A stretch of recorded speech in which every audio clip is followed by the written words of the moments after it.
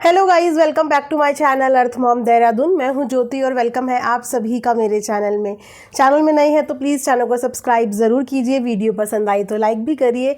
Comment section में comment करके ज़रूर बताइए कि आप सब लोगों को मेरा वीडियो कैसा लगा। तो गाइस, आज का रिएक्शन वीडियो हम लोग बनाने वाले हैं अमित किट्टो के ऊपर, क्योंकि लास्ट नाइट उनका मैंने व्लॉग भी देखा, उनकी कम्युनिटी भी देखी और अभी बैक टू बैक जो चीज़ें सोशल मीडिया पर चल रही हैं, आई नो कि वो बहुत ज़्यादा डिसअपॉइंटिंग है आप सबके लिए। वीडियो में हम लोग बात करेंगे, आप लोग बिना स्किप करे हुए पूरा वीडियो ज़रूर देखना और आई रिक्वेस्ट कि कमेंट सेक्शन में अपने कमेंट्स ज़रूर ड्रॉप करना। उसी के साथ अगर आप लोगों को ये कुर्ती पसंद आ रही है जो एक्चुअली खूब खूबसूरत है, इस तरीके से यहाँ पे भी थ्रेड वर्क हुआ है, नेक पे भी पूरा थ्रेड वर्क है, कलर भी बहुत ब्यूटीफुल है। ये वॉर्म कुर्ती है, ओनली कुर्ती है, नीचे का बॉटम इसमें नहीं है, लेकिन कुर्ती काफ़ी वॉर्म है तो आप विंटर्स में डेफिनेटली से बाय कर सकते हैं। आई डोंट नो कि ये अभी स्टॉक में है या नहीं है। अगर होगी तो मैं अपनी इसी वीडियो के नीचे कमेंट सेक्शन में लिंक पिन कर दूंगी, कम्युनिटी में भी शेयर कर दूंगी, तो आप वहाँ से जाके ले सकते हैं। चलिए अब वीडियो में बढ़ते हैं आगे। अभी तक निक्कू सुमित की कंट्रोवर्सी ही ठंडी नहीं हुई थी कि यहाँ पे कल नाइट में एक और वीडियो आया और उस वीडियो को आने से पहले सचिन का भी एक वीडियो आया था जहाँ पे उन्होंने किट्टो और अमित को सपोर्ट किया था। बहुत ही बंधे हुए शब्दों में उन्होंने उनका मुंह लटकाने का रीज़न बताया था, क्योंकि सचिन की बर्थडे पार्टी में किट्टो का इस तरीके से मुंह लटकाना कहीं ना कहीं ऑडियंस को बहुत सारी चीज़ें सोचने पे मजबूर कर रहा था। तो सचिन ने वहाँ पे आके सब चीज़ें क्लियर करी कि जो ऑडियंस सोच रही थी शायद चीज़ें वो हैं ही नहीं, और चीज़ें जो है वो अभी तक ऑडियंस को पता ही नहीं है। और उसके बाद आता है अमित किट्टो का व्लॉग। वैसे गाइस, फ्रेंकली स्पीकिंग मैं उन लोगों के व्लॉग्स फॉलो नहीं करती, तो मुझे बहुत ज़्यादा उन लोगों के बारे में कुछ भी नहीं पता। बहुत ज़्यादा क्या, इनफैक्ट मुझे पता ही नहीं है। लेकिन हाँ, क्योंकि कल बहुत सारे सब्सक्राइबर के मेरे पास लिंक आया था उनकी वीडियो का, तो मैंने दिन जाके मैंने वो वीडियो देखी। वो वीडियो देखने के बाद डेफिनेटली पहली चोट पे हर किसी को बड़ा ऑकवर्ड लगता है कि सडनली इन लोगों को हुआ क्या, ऐसी क्या चीज़ें हो गई जो ये इतना ज़्यादा भड़क के आ रहे हैं। अच्छा, अमित किट्टो को जो लोग फॉलो करते हैं या जो सब्सक्राइबर उन्हें ऑलरेडी जानते हैं, उनका ये भी कहना है कि आज से पहले उन्होंने अमित किट्टो को कभी भी इतना एग्रेसिव मूड पे नहीं देखा। ऐसा नहीं है कि इससे पहले उन लोगों को कॉल आउट नहीं किया गया या फिर उनके व्लॉग से रिलेटेड कोई भी वीडियो व्लॉग्स नहीं बने। टाइम पे आपने देखा भी है कि सचिन के साथ कई बार किट्टो का नाम जोड़ा भी गया है, कई बार बहुत सारी चीज़ों के लिए किट्टो को भी कॉल आउट किया गया है। उनकी फैमिली से रिलेटेड कई बार बहुत सारे लोगों ने अपने अपने एंड पे कॉल आउट किया है, बट ऐसा रिएक्शन उनकी तरफ से कभी भी नहीं आया। तो यस, ये शॉकिंग था बहुत सारे सब्सक्राइबर्स के लिए कि सडनली इतना ज़्यादा एग्रेसिव उनको क्यों होना पड़ा, क्योंकि जिस तरीके की लैंग्वेज वो यूज़ कर रहे थे, आराम से पता चल रहा था कि दे आर वेरी फ्रस्ट्रेटेड। उनको इस समय पे जो गुस्सा होता है ना इंसान का, वो बहुत ज़्यादा 7वें आसमान पे पहुंचा है। और गुस्सा जब इतना ज़्यादा पीक पे पहुंचता है तो डेफिनेटली उसके पीछे कुछ ना कुछ वजह ज़रूर होती है। हर इंसान का अपना नेचर होता है अपनी फ्रस्ट्रेशन निकालने का। कोई बहुत काम तरीके से हैंडल करता है अपने शब्दों का सही तरीके से, गुस्से में भी अपने शब्दों का सही तरीके से चयन करता है, लेकिन हर किसी का नेचर और बिहेवियर हम एक ही ग्राफ में मेज़र नहीं कर सकते कि एक इंसान जब गुस्सा होगा, क्योंकि मैं ऐसा बिहेव कर रही हूँ तो सामने वाले का भी अपने गुस्से में सेम ही बिहेवियर रहे। हर इंसान अपने अपने हिसाब से अपने गुस्से को हैंडल करता है या अपने गुस्से पे उनका अपने अपने हिसाब से एक अलग ही रूप होता है। तो जो इंसान, जो फैमिली इतने टाइम से कोई भी रिएक्ट नहीं कर रही थी, सारी चीज़ें अपने ऊपर ले जा रही थी, या बोलिए इग्नोर कर दी थी, या फिर उनको बॉदर नहीं हो रहा था, वो सिर्फ और सिर्फ अपने काम पे ही फोकस कर रहे थे। और बीते दिनों उनके काम करने का उनको रिजल्ट भी मिला, बिल बोर्ड में किट्टो का नाम भी आया। और ये एक छोटा मोटा अचीवमेंट नहीं होता, बिल्कुल भी छोटा मोटा अचीवमेंट नहीं होता। और फ्रैंकली स्पीकिंग मैं आपको एक बात बताती हूँ, जितना ये व्लॉगर अपनी व्लॉगिंग से नहीं कमा पाते ना, अगर कुछ लोगों को ये मिथ है कि ये 40-50 हज़ार या 1-2 लाख व्यूज़ से इनके बहुत सारे डॉलर छप जाते हैं, तो इनका मेन इनकम तो वाईटी के गाइज है ही नहीं।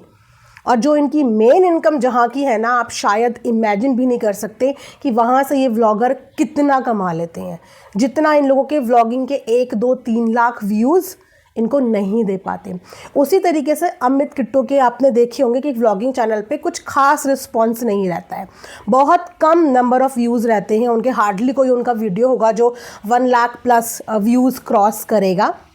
इसीलिए वो कभी अपने व्लॉगिंग चैनल पे कंट्रोवर्सी या किसी को सवाल जवाब ये वाले वीडियो व्लॉग्स डालते ही नहीं है। उनका मेन फोकस अदर प्लेटफॉर्म्स पे है, अदर चीज़ों में, और वहाँ से वो बहुत ही हैंडसम इनकम जनरेट करते हैं।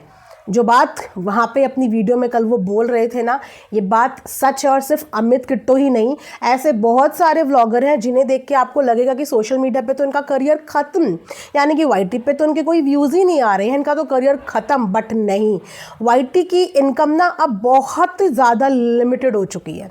वाईटी में अब वो पहले जैसा माहौल या पहले जैसे डॉलर वाली चीज़ें नहीं रही, लेकिन अब अदर प्लेटफॉर्म में आपको बहुत अच्छा इनकम जनरेट करने का चांस भी मिलता है। तो सारे व्लॉगर्स धीरे धीरे यूट्यूब की अपनी वीडियोस को क्विट करते जा रहे हैं और उनका मेन फोकस कहीं और वहाँ से उनकी अर्निंग इमेजिनेशन से भी बहुत परे है, राइट। तो हाँ, हम बात कर रहे थे कि आखिर अमित किट्टो के साथ ऐसा क्या हुआ है कि उनको इस तरीके से सामने आना पड़ा।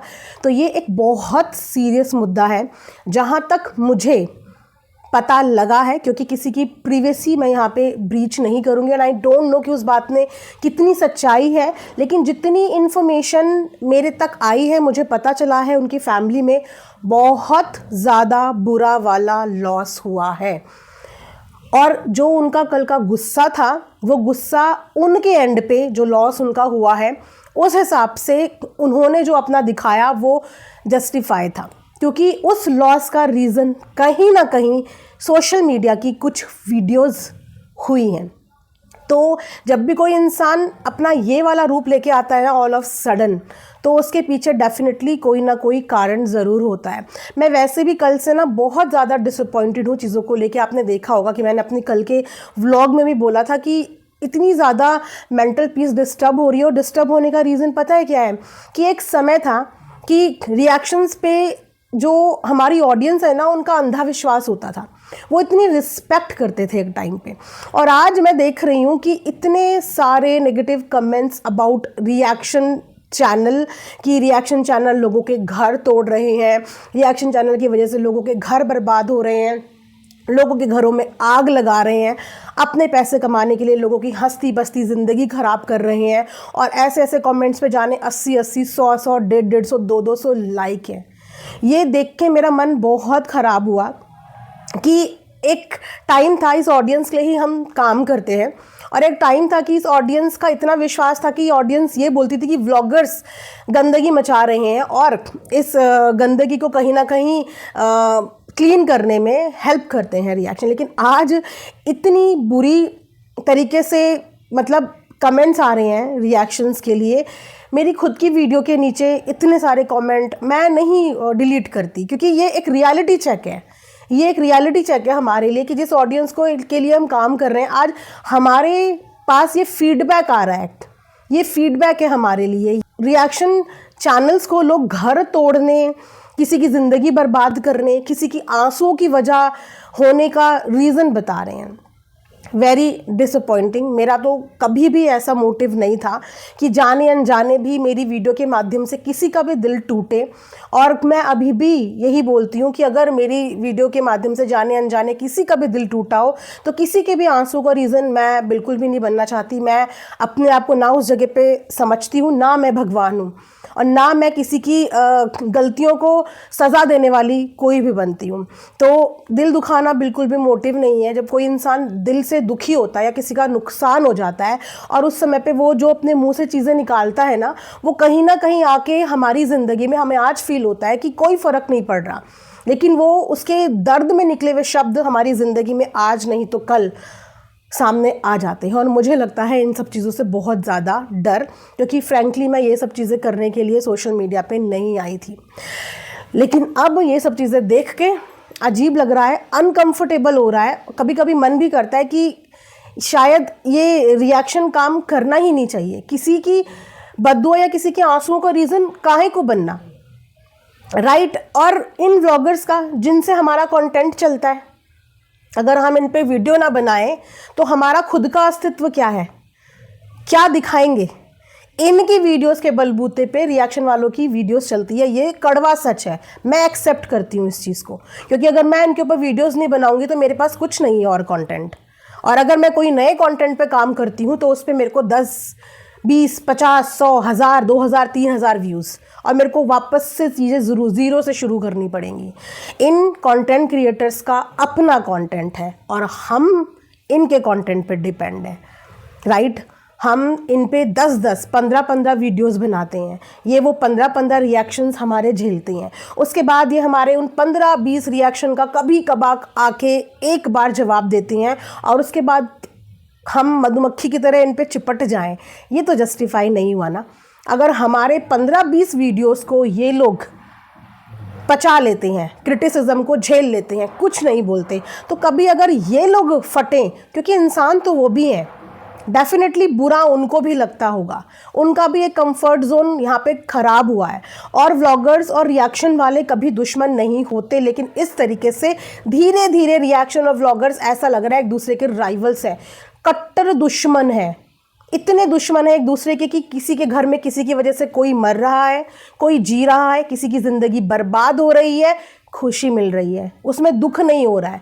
तो ये दुश्मन बनाने तो आई थिंक यहाँ पे कोई भी नहीं आया, मैं भी नहीं आई। मैं यहाँ पे काम करने आई थी, और बहुत ही हेल्दी वे में, लड़ने झगड़ने ये सब चीज़ों के लिए नहीं।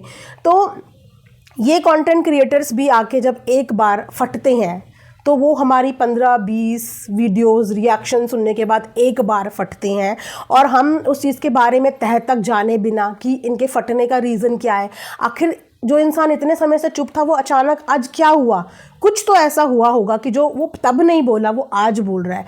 कभी कभी इंसानियत के नाते ये सोच लेना चाहिए, ठीक है ये क्रिएटर्स हैं, अपनी वीडियो में बहुत ऊटपटांग चीज़ें दिखाते हैं, जिन चीज़ों पे हम इन्हें क्रिटिसाइज़ भी करते हैं, लेकिन उसके अलावा ये लोग इंसान भी हैं, रिश्ते इनके भी हैं, ये भी इसी तरीके से घर चला रहे हैं। इनका सोर्स ऑफ इनकम इनका व्लॉगिंग चैनल और इनका कंटेंट क्रिएशन का ही काम है, और हम भी इन्हीं के ऊपर कंटेंट बना के यहाँ पे अपना रेवेन्यू जनरेट करते हैं, ठीक है। तो कभी भी किसी भी चीज़ के लिए तुरंत कि हमेशा अगर कोई कंटेंट क्रिएटर आके अपनी बात रख रहा है तो वो गलत हो गया, इसने आके ज़ुबान खोल कैसे दी, इसको तो बर्दाश्त करना चाहिए, इसको तो कुछ बोलने का हक ही नहीं है, ये तो नाइंसाफ़ी हुई ना। ऐसे कैसे किसी को बोलने का हक नहीं है? आज अगर मेरे लिए एक जना बोलेगा कुछ तो मैं एक बार बर्दाश्त कर लूँगी, 2 बार कर लूँगी, अगर लगातार कोई 10-15 बार बोल रहा है, एक बार तो मेरा भी बोलना बनेगा ना। और अगर एक बार मैं बोलूँगी तो क्या वो जस्टिफाई नहीं होगा? और यहाँ पे क्रिएटर का एक बार बोलना भी उसकी सबसे बड़ी गलती बन जाती है कि उसने एक बार क्यों बोला, ठीक है। वो किन शब्दों पे बात कर रहा है वो मुद्दा बन जाता है, वो क्यों कर रहा है इस गहराई तक कोई जाने की कोशिश नहीं करता कि अगर आज वो इस तरीके के शब्दों को प्रयोग करने पे विवश हुआ है, मजबूर हुआ है, तो ऐसे क्या रीज़न है।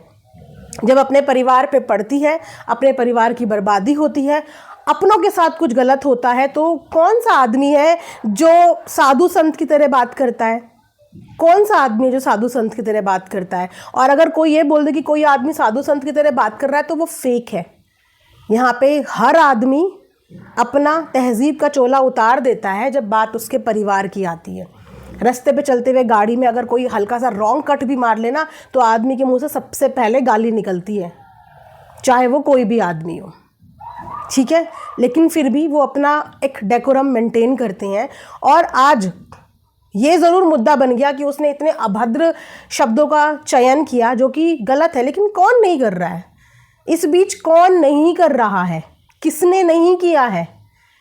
लेकिन सारी एक्सपेक्टेशन, सारा परफेक्शन हम लोग क्रिएटर से एक्सपेक्ट करते हैं कि क्रिएटर इतनी भी गलती नहीं कर सकते, क्रिएटर इतनी भी आवाज़ ऊंची नहीं कर सकते, क्योंकि वो क्रिएटर है, वो कुछ नहीं कर सकते। अगर क्रिएटर्स की वीडियो लोग देखते हैं तो वीडियो तो सबकी देखते हैं, भले ही 5 लोग देखें, 10 लोग देखें, 15 लोग देखें, लेकिन सारे परफेक्शन की उम्मीद क्रिएटर के साथ की जा रही है। कभी कभी इंसानियत के नाते क्रिएटर्स को भी थोड़ा इंसान समझो, और ये भी समझने की कोशिश करो कि अगर एक इंसान फटा है तो उसके साथ ऐसा क्या गलत हो गया कि उसको ये करने की नौबत आ गई, और जो चीज़ उनके परिवार में हुई है वो अच्छी नहीं हुई है। और ये अगर किसी के साथ भी होता तो उस परिवार का गुस्सा शायद इससे कई ज़्यादा निकल के आता, कई ज़्यादा। तो इस समय पे उसने क्या शब्द बोले, इस चीज़ को अगर आपको माइंड करना है तो आप करिए, लेकिन उसने ऐसा क्यों बोला, वो किन तकलीफ़ों से जूझ रहे हैं जो वो बता भी नहीं पा रहे, उगल भी नहीं पा रहे, निगल भी नहीं पा रहे, अगर उस चीज़ पे आप गौर करेंगे तो शायद आपको ये समझ में आएगा कि बाउंड्रीज़, लिमिटेशंस लाइफ में बहुत मेजर रोल प्ले करती है।